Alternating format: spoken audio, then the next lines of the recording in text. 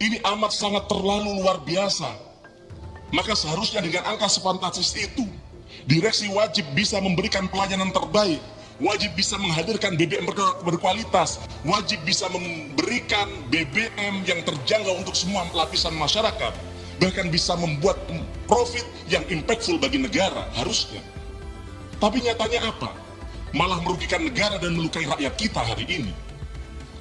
Bahkan kalau kita lihat di laporan keuangan anak usaha Pertamina, yaitu Pertamina Patraniaga, kompensasi bagi manajemen kunci termasuk direksi dan komisaris mencapai 19,1 juta US dollar atau setara dengan 312 miliar. Bayangkan, duit sebanyak itu kalau dipakai untuk MBG misalnya, bisa memberikan makan kepada 31 juta anak kita, Pak. Atau Download Tribun X sekarang, menghadirkan lokal menjadi Indonesia.